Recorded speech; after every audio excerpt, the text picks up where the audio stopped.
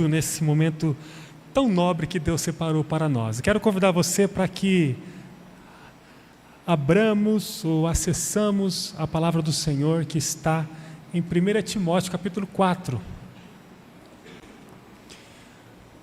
Você que está nos acompanhando pela internet, bem-vindo a esse lugar. Você que está aqui hoje nos visitando, bem-vindo. Que bom poder dividir com você essa noite quente. Está quente aí, queridos? Está muito calor? Tá. Nós vamos ter que fazer alguma coisa para deixar mais climatizado aqui o templo, não temos? Ah, não é possível que se fechar a porta vai resolver 100%? Vamos fechar a porta então, porque é mais econômico se resolver fechando a porta. Porque vamos fazer uma limpeza geral nesses aparelhos e vamos colocar mais alguns aparelhos. O que vocês acham, pessoal? O dinheiro está aí, o dinheiro... O pessoal já só porque fechou a porta já perceberam que não está tão calor mais. Não, está calor ainda, está calor ainda assim. Mas nós vamos fazer uma avaliação para a gente melhorar, porque o templo cheio, ele de fato deixa mais quente. E nós não precisamos ficar passando muito calor aqui, né?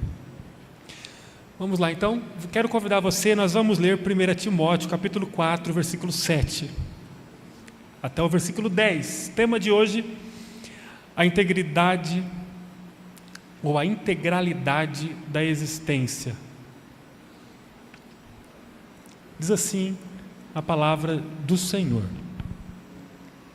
não perca tempo discutindo mitos profanos e crendices absurdas. Em vez disso, exercite-se na devoção. O exercício físico tem algum valor, mas exercitar-se na devoção é muito melhor, pois promove benefícios não apenas nessa vida, mas também para a vida futura. Essa é uma afirmação digna de confiança e todos devem aceitá-la. Trabalhamos arduamente e continuamos a lutar porque nossa esperança está no Deus vivo, o Salvador de todos, especialmente dos que creem. Amém. Amém. Quero pedir a sua concentração. Você sabe que nós não vamos demorar. Portanto, nesse pouco tempo que nós vamos passar aqui, coloque 100% a tua atenção neste lugar. O texto que nós lemos, ele fala de um recorte que fala de uma carta em que Paulo enviou para Timóteo. Timóteo era um jovem pastor que pastoreava a cidade de Éfeso. Paulo foi o pai desse jovem pastor, o pai na fé, não o pai biológico, mas o pai ministerial. O texto fala que Paulo envia uma carta com um teor, de forma específica, no capítulo 4, falando sobre a rotina do jovem pastor Timóteo. A preocupação do Paulo, o interesse do Paulo, não era falar sobre aspectos doutrinários, teológicos, teóricos, mas Paulo, ao escrever a sua primeira carta para Timóteo, no capítulo 4, de forma direcionada, ele fala sobre rotina, sobre vida, sobre os comportamentos mais básicos do dia a dia de um jovem pastor. No versículo 7 ele diz: não fique perdendo tempo discutindo crendices absurdas. Olha como Paulo foi claro.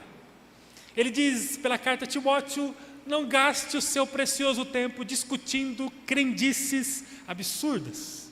No versículo 8 ele vai falar sobre o exercício físico. Ele reconhece, graças a Deus, que o exercício físico tem o seu valor, mas ele ressalta que muito mais do que exercitar-se fisicamente, é melhor exercitar-se na devoção, porque a devoção ela beneficia não apenas a vida neste mundo, mas também a vida para além desse mundo. E nos versículos 9 e 10 ele fala: trabalhe, Timóteo, arduamente e lute, porque a sua esperança está no Deus vivo. Basicamente, o Paulo traz a Timóteo, nessa parte da carta, uma mensagem parafraseada assim: não fique discutindo as coisas. Exercite aquilo que é necessário para a sua vida, porque o tempo está passando e você não pode perdê-lo. Trabalhe na medida necessária e suficiente para que você coloque a sua vida na esperança infalível do Deus eterno. A partir dessa palavra de Paulo a Timóteo, eu desejo refletir com você alguns minutinhos sobre a integralidade da vida. Estamos juntos nisso? Amém. Quero mais uma vez convidar você a fechar os seus olhos, nós vamos orar. Você tem uma porta no coração que só pode ser aberta pelo lado de dentro. Deus não vai arrombar a porta do teu coração. Portanto, aproveite essa oportunidade que Ele está batendo na porta do teu coração agora e a abra. Permita que o Senhor possa ter a sua absoluta atenção. Ele deseja falar algumas coisas a você. Você não chegou aqui à toa. Se você acha que tem alguma intenção no teu coração capaz de trazer você para cá, nem no seu e nem no meu nós temos. Somente o Espírito pode nos impelir para o lugar onde Deus fala. É o Espírito que faz. E Ele trouxe você aqui. Então, abre o teu coração para aquilo que Deus tem para falar a você nesse momento. Senhor, que seja por Tua graça e misericórdia, nesse momento, um lugar de manifestação notória da Tua presença. Já temos orado desde o início, já temos clamado ao Senhor, e mais uma vez, a partir da Tua palavra, fale conosco de uma forma pessoalizada, transformadora. Oramos pelas forças, pelos méritos exclusivos de Jesus Cristo, Senhor da vida. Amém. Amém. Estudiosos da Bíblia falam que o homem é uma unidade formada pelo corpo, pela alma e pelo espírito. Eles fundamentam essa formação tridimensional em textos bíblicos, inclusive, como o texto de 1 Tessalonicenses, capítulo 5, versículo 23, quando o autor diz que o Deus da paz os torne santos em todos os aspectos e que o espírito, a alma e o corpo de vocês sejam mantidos irrepreensíveis até a volta de Jesus. A Bíblia, ela nos fala do corpo, a Bíblia nos fala da alma, a Bíblia nos fala do espírito. Não quero entrar aqui na discussão teológica sobre o que é dicotomia ou tricotomia, essas concepções que estudam, a composição existencial do homem, se o homem tem 3 partes ou se ele tem 2 partes. Mas eu quero considerar com você nessa noite as bases bíblicas para pensarmos sobre essa composição tricotômica do homem: corpo, alma e espírito. O ser humano tem um corpo. O corpo é a parte material da composição existencial do homem. O corpo é a nossa casa física. Quando o corpo para de funcionar, significa que nós não temos mais lugar para viver no mundo. Ficamos desalojados. Sem o corpo não tem vida no mundo. Ou tem? Pergunta que me deixa um pouco inquieto. Já me vem aquelas imagens do filme da alma penada, alguma coisa assim. Mas eu não quero criar nenhum tipo de pânico ou de inquietação no coração de ninguém. Mas pela Bíblia nós entendemos que o corpo é a nossa casa no mundo. Se perdemos o corpo, perdemos a casa, perdemos o direito de viver no mundo. Diante de um estado terminal, o último suspiro sentencia o último segundo da existência no mundo. O corpo é o lugar para se viver no mundo. A alma, ela é entendida como aquilo que determina a nossa vontade, aquilo que está ligado ao nosso intelecto. A alma, ela fala das emoções do ser humano. O ser humano, ele é emotivo, o ser humano, ele se move a partir das emoções. Às vezes, na nossa mente, nós programamos algumas coisas que são convincentes, são boas, mas que são incapazes de nos mover numa direção. Mas agora, quando a emoção pega, é verdade ou não é?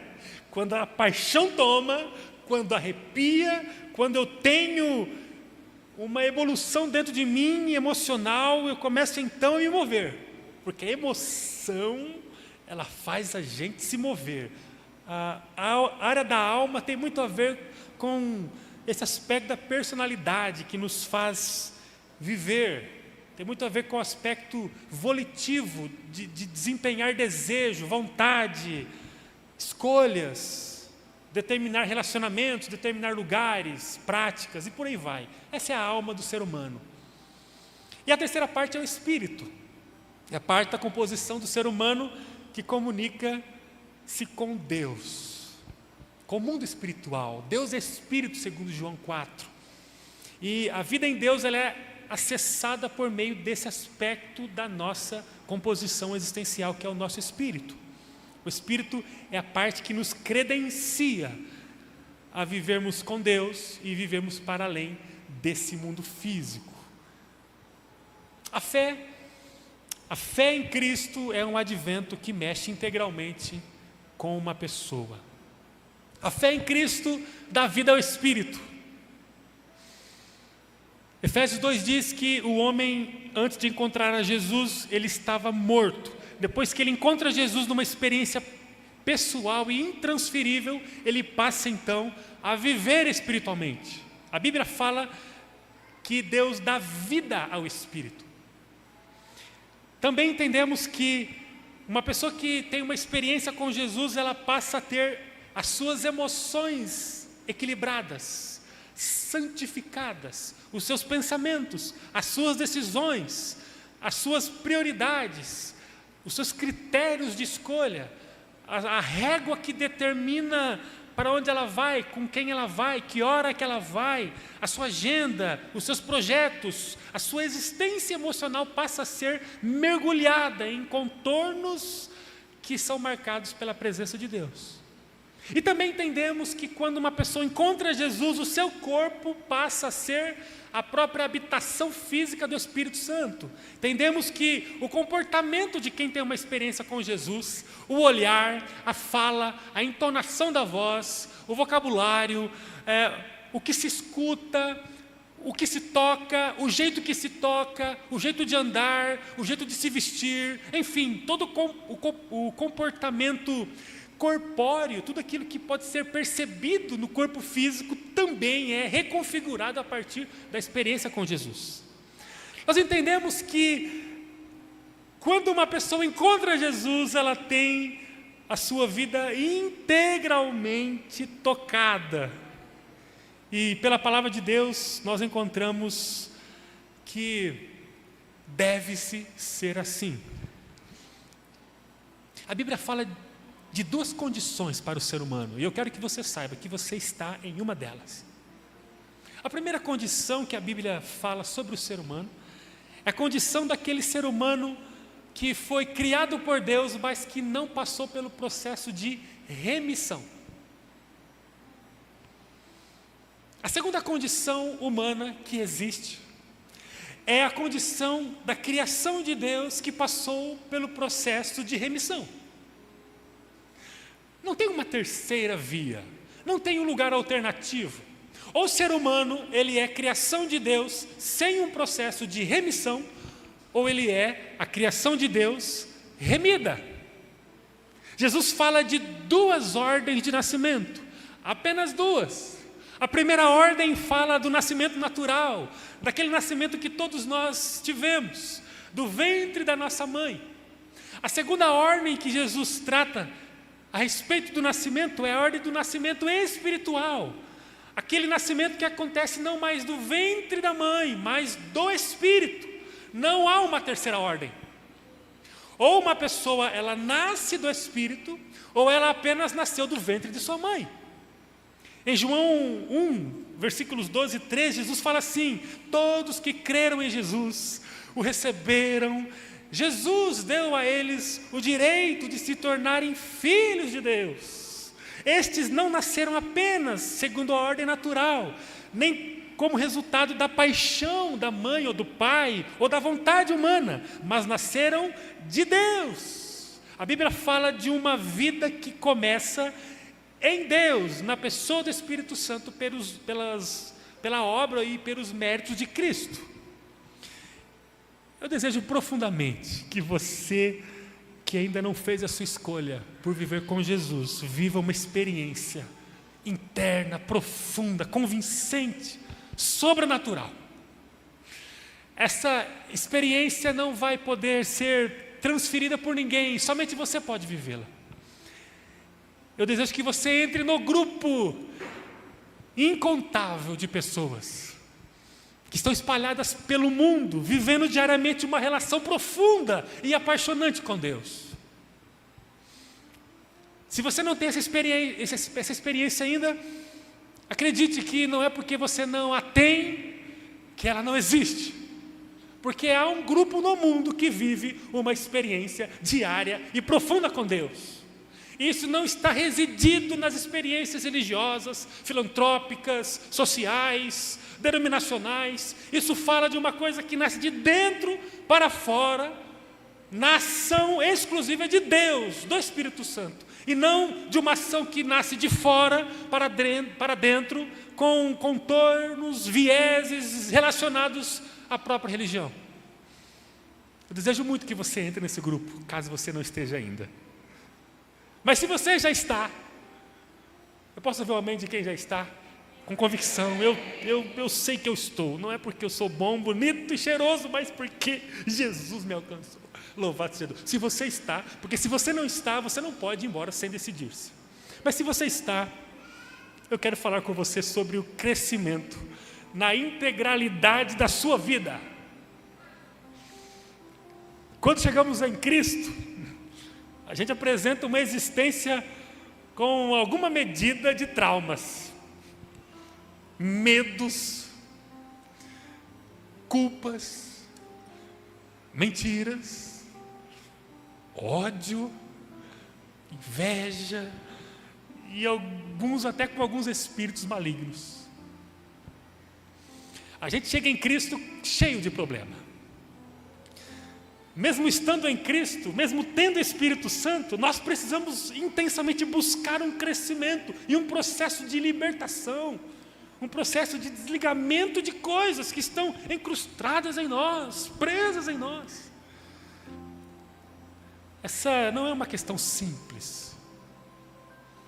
A integralidade da existência impõe sobre nós uma difícil direção. Com facilidade, a gente se autocontradiz. Há momentos em que o Espírito nosso, ele aponta para um discurso que não é seguido por nossa mente. Nem sempre o nosso corpo fala daquilo que a gente crê, daquilo que a gente sabe que é o melhor.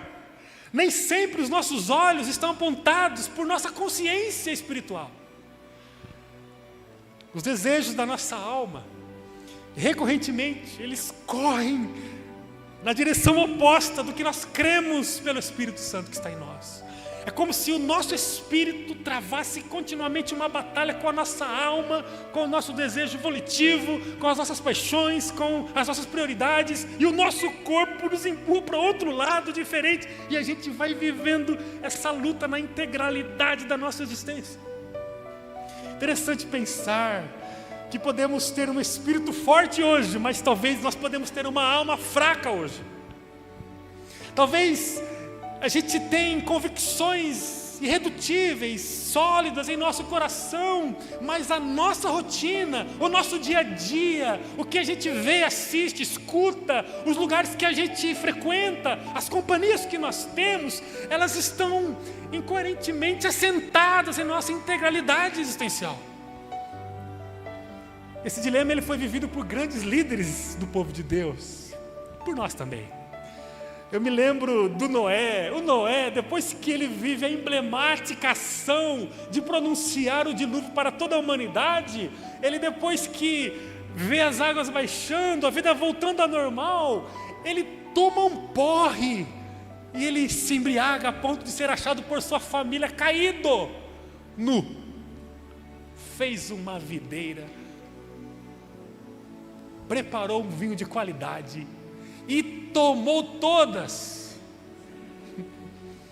Você pode ler isso, está lá em Gênesis 9. Leia o versículo 20, quando você vai ver que o Noé se acabou na bebida.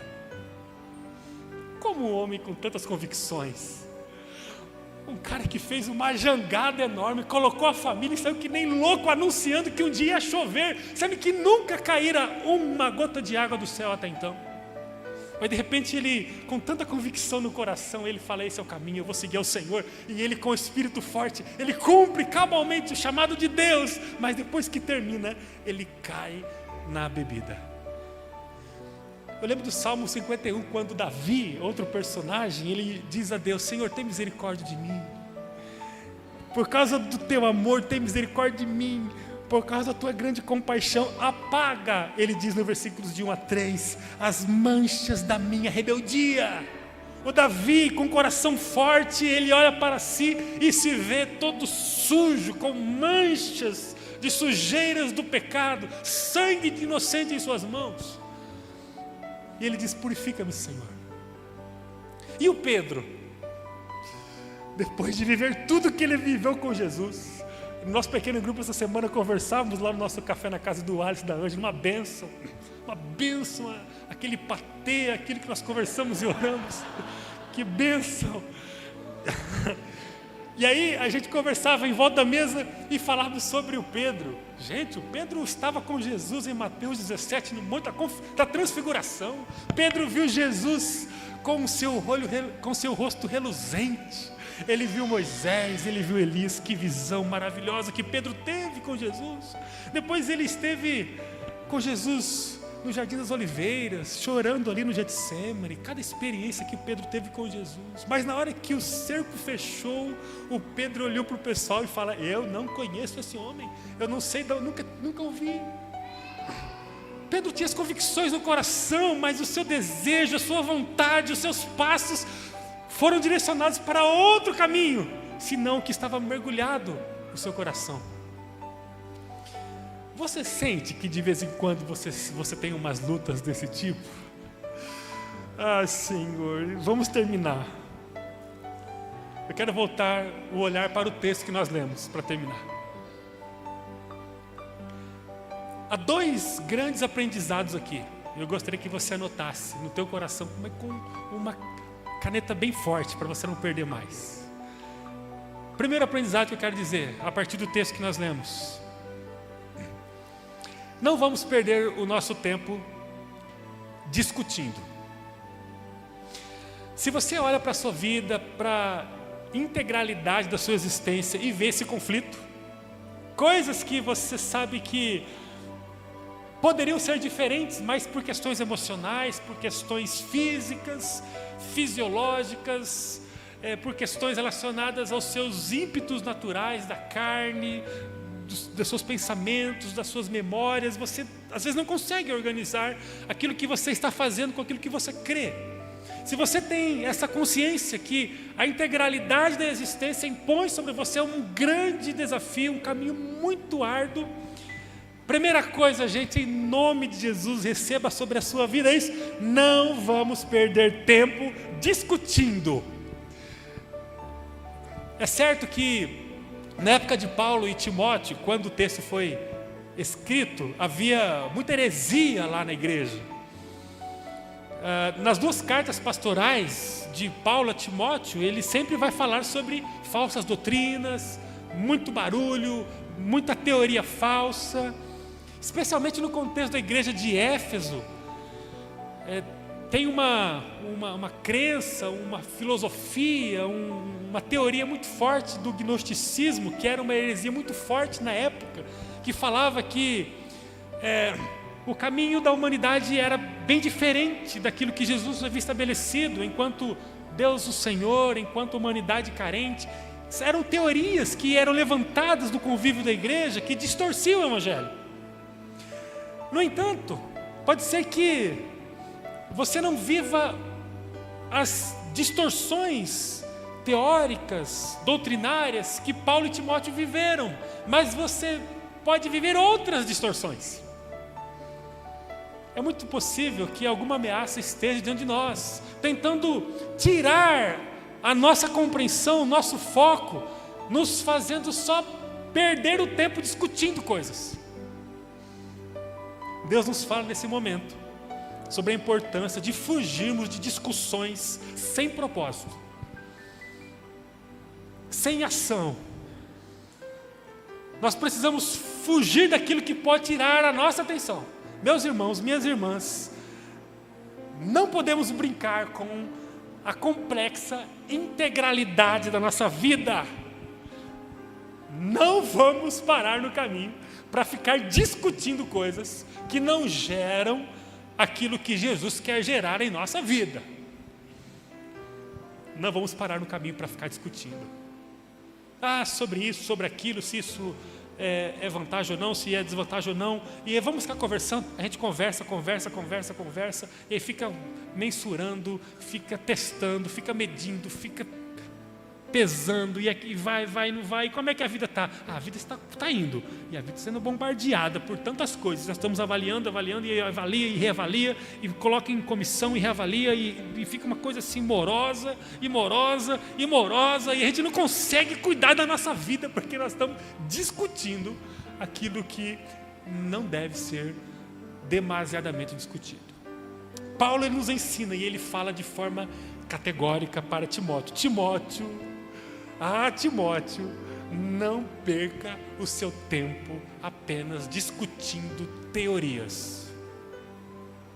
E a segunda coisa, o grande ensinamento que o texto nos traz, é que nós temos que ganhar o nosso tempo fazendo. Nós temos que ganhar o nosso tempo fazendo. Paulo ele está falando com Timóteo sobre uma autêntica autodisciplina de fazer o que é necessário fazer. As palavras de Paulo elas são tão claras a Timóteo que ele chega a dizer que, além de não perder tempo com discussões, ele deveria fazer o que era necessário fazer. A expressão de Paulo é essa: exercite-se na devoção. Versículo 8. Exercite-se na devoção. Eu tive o capricho de pesquisar no texto original, no grego, sobre o que significa essa palavra devoção. E eu gostaria de apresentar para vocês. Porque o texto está falando aqui que nós não podemos ficar discutindo sobre teorias, mas temos que exercitar a devoção. E aí eu quero trazer o que eu encontrei sobre o que significa a devoção. A palavra grega para essa expressão é eusébia. Eusébia. E esse termo ele é composto por duas palavras. Eu significa bem, correto, certo, eu. E zébia significa adoração, relacionamento com Deus. Então a primeira parte da palavra grega que refere-se à devoção significa bem, correto. E a segunda parte significa adoração, relacionamento com Deus. Zébia no grego é relacionamento com Deus. É uma palavra composta com dois significados. E a junção dessas duas partes tem a ideia de exercitar bem a vida com Deus. Alguém tem alguma dúvida nessa parte? A palavra grega para devoção, eusébia, significa exercitar bem, corretamente, a relação com Deus. O que Paulo está falando para Timóteo é sobre a vida do Timóteo com Deus. O sentido da palavra é: exercite o seu relacionamento com Deus. O versículo 8 diz: exercite-se na eusébia, na devoção diária diante de Deus. Vamos ganhar o nosso tempo fazendo. Para concluir, a integralidade da existência nos desafia muito na direção do que Deus tem para nós. Eis que vos digo, você não viverá facilmente uma vida forte e transbordante, vivendo de qualquer jeito. Por acidente, de repente, a minha vida integralmente começou a ser tocada, corpo, alma e espírito. De repente, a revelia da minha própria vontade, eu comecei a perceber uma coisa acontecendo em mim, aleluia.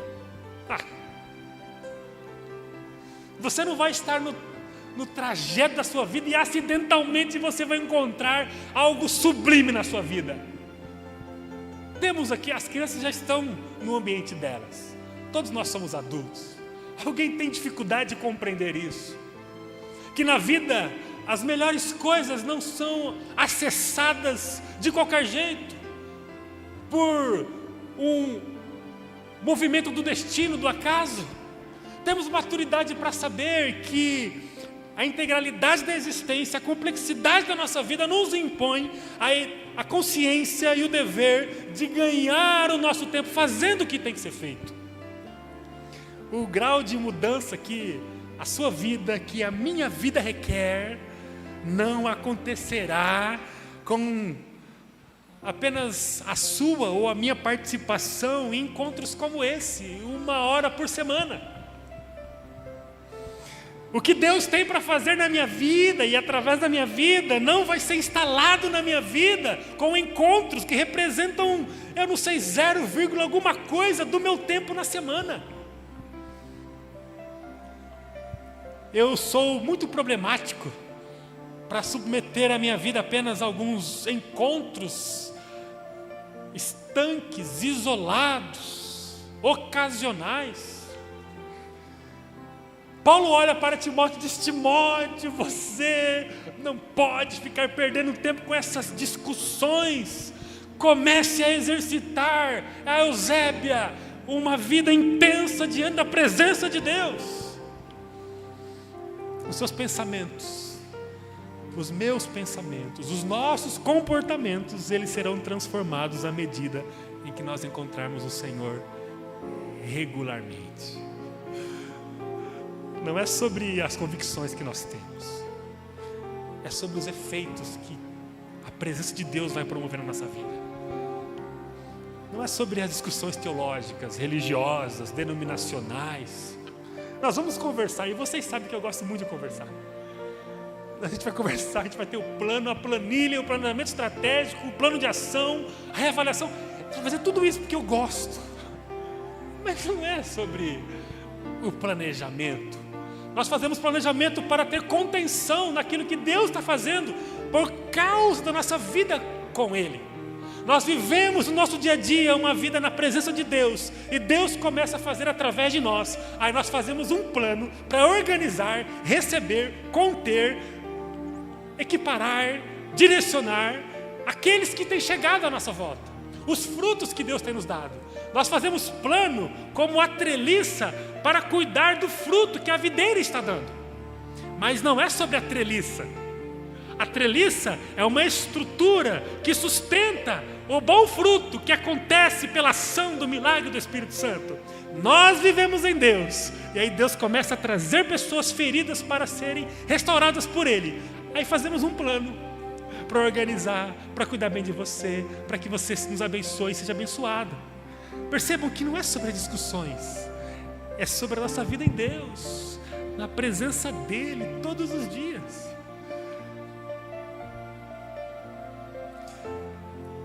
Eu não sei o que você quer fazer com essa mensagem que Deus nos traz. Você pode colocá-la num lugar de pouca importância na tua vida. Você pode inclusive jogá-la fora. Mas se você deseja ter uma experiência mais profunda com Deus, você vai ter que reconhecer que não dá para ficar perdendo tempo discutindo, e você precisa começar a fazer o que é certo. E nós queremos ajudar você. Se você é homem, nós queremos, como prova da nossa boa intenção, convidar você para participar de um churrasco quinta-feira com a gente. Tem um pessoal que nem entendeu direito, mas topou.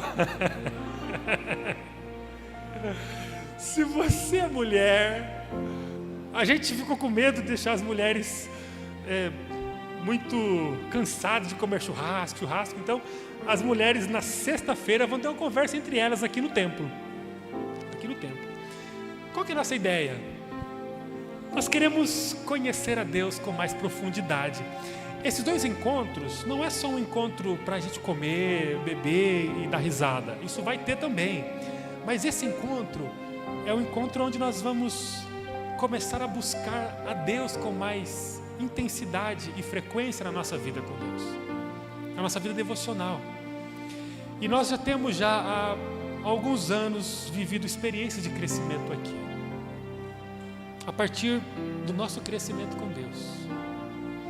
Eu gostaria de convidar você a abrir o teu coração para uma oportunidade de conhecer a Deus todos os dias, através de um material que você vai receber gratuitamente e através da sua sujeição em conviver com mais 2 pessoas do seu gênero, se você é homem, com 2 homens, se você é mulher, com 2 mulheres, durante 28 dias.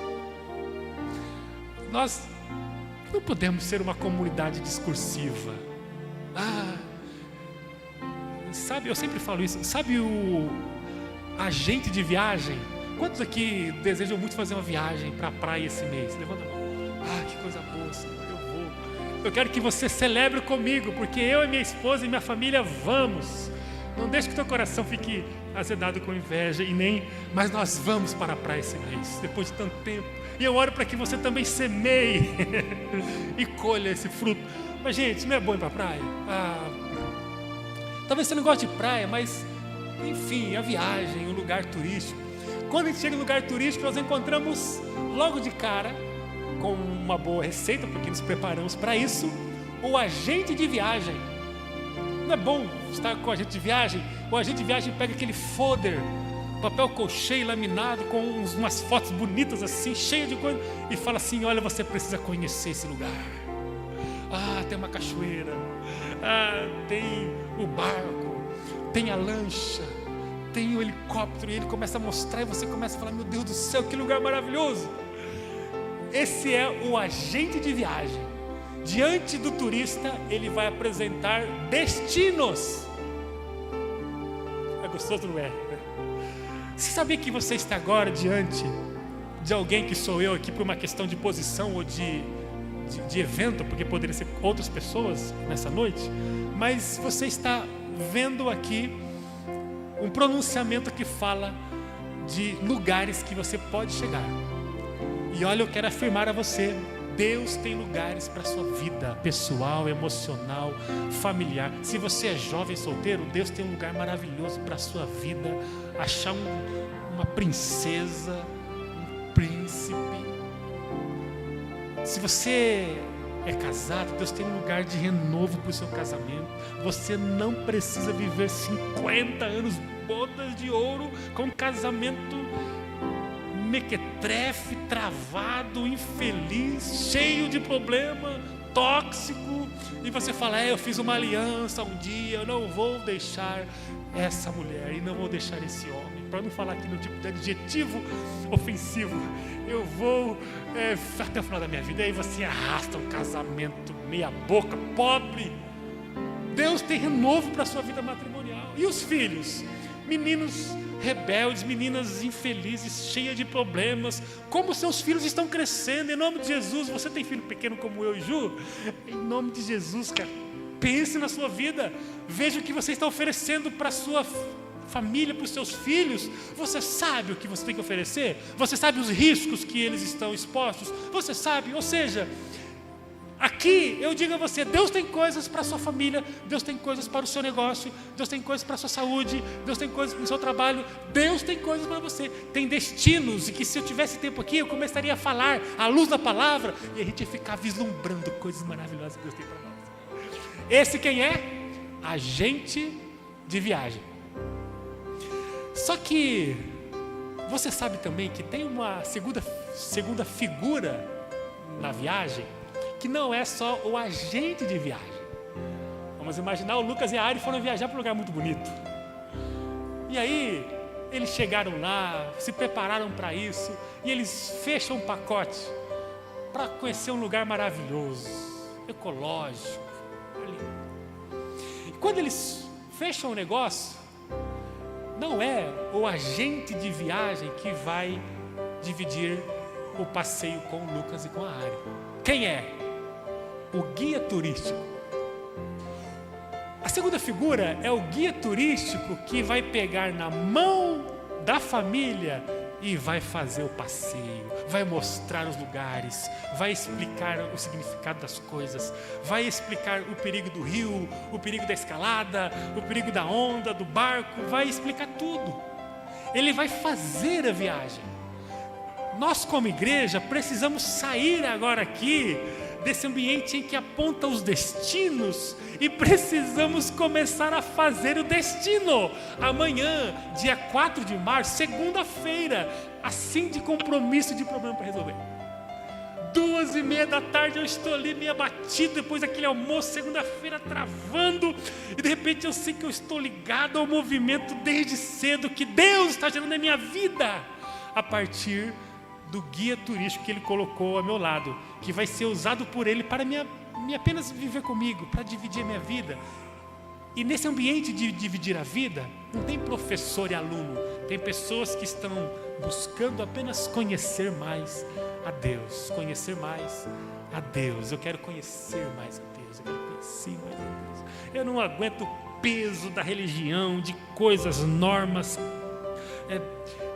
cargos, questionamentos, moralidade. Eu quero conhecer a Deus. Existe uma esfera que não fala sobre aquilo que nós podemos criar, mas uma esfera que é desaguada na nossa vida, vinda diretamente de Deus, do seu trono. Eu quero conhecer a Deus, eu quero estar com Deus. Só que para conhecer a Deus, sozinho eu não consigo. Eu não consigo. Eu posso ler, orar, buscar 1, 2, 3 dias, mas depois eu começo a me perder.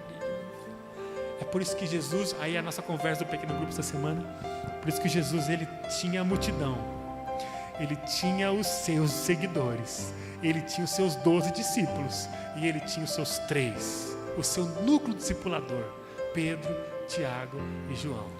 E aí nós, com as nossas mazelas, pela luta do nosso cuidado existencial, dentro dessa integralidade dificílima de corpo, alma e espírito, nós precisamos ser como Jesus. Abre o teu coração para isso. Se você achar que é muito cedo para se submeter a uma jornada discipuladora, pelo menos comece a andar com a gente, tomar café com a gente. Toda semana tem uma novidade, toda semana é um tempo novo. Vamos para as casas, vamos conhecer mais o que Deus tem para nós, porque eu lhe garanto que a sua vida só valerá a pena se você for alcançado pela remissão do Cordeiro e viver com Ele todos os dias. Não perca a sua vida, em nome de Jesus. Abre teu coração para isso que Deus está falando. Vamos orar, feche teus olhos. Talvez você agora precise tomar uma decisão. Uma decisão. É hora de decidir. Se você tem certeza que o bom é você cuidar da sua vida mesmo, aquém de Deus, independente do que Deus quer falar com você, se você não está interessado no que Deus quer falar com você todos os dias, se para você uma vez por semana ficar aqui 1 hora e pouquinho é o suficiente para você configurar toda a sua intimidade com Deus, aí depois você não escuta Deus, você não procura Deus, você não está com Deus durante todos os outros 6 dias, ou quase todos os outros 7 dias, se para você está bom assim, eu quero que você escute essa voz de Deus falando a você. Não se conforme com essa vida, não brinque com isso. Há apenas 2 categorias, há apenas 2 ordens de nascimento, a ordem biológica e a ordem espiritual. Todos nascem pela ordem biológica, mas nem todos nascem pela ordem espiritual. Somente aqueles que estão em Cristo Jesus e vivem com Ele nesse mundo intensamente são os filhos de Deus. Todo o restante, segundo a Bíblia, é criação de Deus, não está em Deus, não está na mesa de Deus, não ama Deus, não se entrega por Deus, não respira Deus, mas ama a si mesmo, ama seus próprios projetos, respira os seus planos, faz tudo em prol de seu nome, do seu ego, dos seus desejos. Não tem uma terceira ordem de nascimento, em nome de Jesus. Daqui a pouco você vai sair daqui com a sua família, ter uma noite, eu oro para que seja maravilhosa, mas não deixe que essa mensagem suma no teu coração. Posicione-se, vale a pena. Você não vai piorar encontrando-se com Deus todos os dias, tendo uma vida renovada nele. Pelo contrário, você será plenamente cheio do verdadeiro sentido.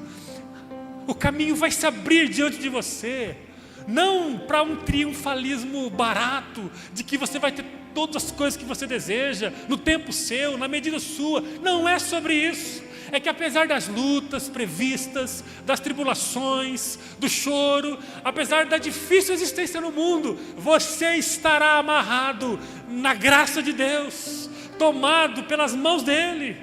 Vale a pena, vale a pena. Em nome de Jesus, mas entenda que não é sobre ficar falando de discurso. Eu preciso mesmo, eu vou pensar, eu vou ver, eu preciso me organizar, eu tenho que viver isso, Não fique discutindo teorias pragmáticas, disfuncionais, que não vão mudar a sua vida. Mas em nome de Jesus, valorize o teu tempo e faça.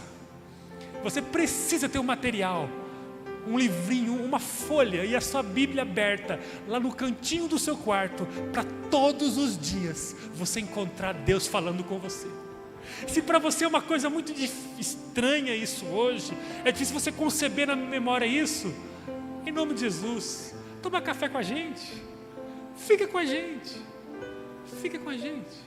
comece a conhecer uma dinâmica de vida de pessoas que estão apaixonadas por Jesus e que são imperfeitas, que têm problemas, mas que estão cheias de expectativas para aquilo que Deus vai fazer.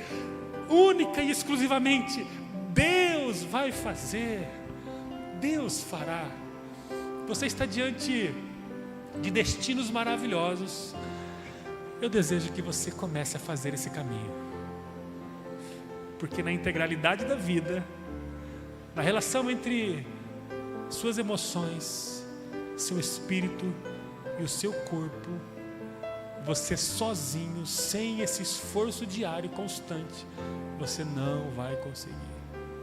Mas eu profetizo que você vai conseguir, porque você vai fazer o caminho com a gente. Senhor, estamos na Tua presença que transforma. Tu és o Deus que transforma, Tu és o Deus que tira de nós toda a terra que está travando a engrenagem da nossa vida. O Senhor nos purifica, o Senhor nos lava, o Senhor nos dá forma como o oleiro supremo. O Senhor conhece cada coração aqui, o Senhor sabe quem está aqui nessa noite, o Senhor sabe quem veio a este lugar, porque o Senhor preparou desde a eternidade esse encontro. Eu quero pedir ao Senhor, ó Deus de graça e poder, na simplicidade deste lugar,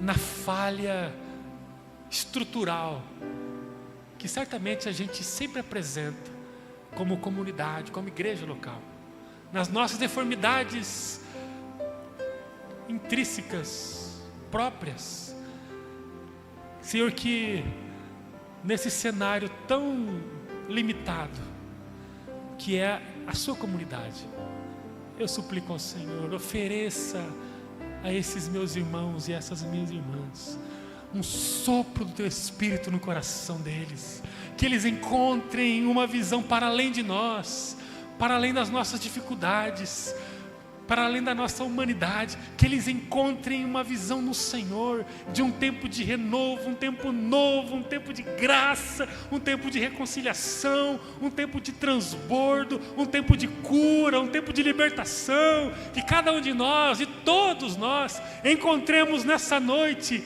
uma visualização do eterno do Senhor nos alcançando, e que tenhamos o impacto da Tua presença, o impacto da Tua presença no nosso dia a dia, a partir de uma convivência transformadora que o Senhor nos dará através dessa nova jornada discipuladora que se inicia essa semana.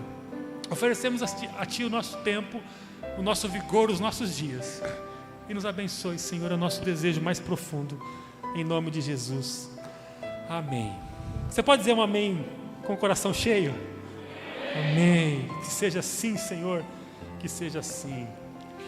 Obrigado.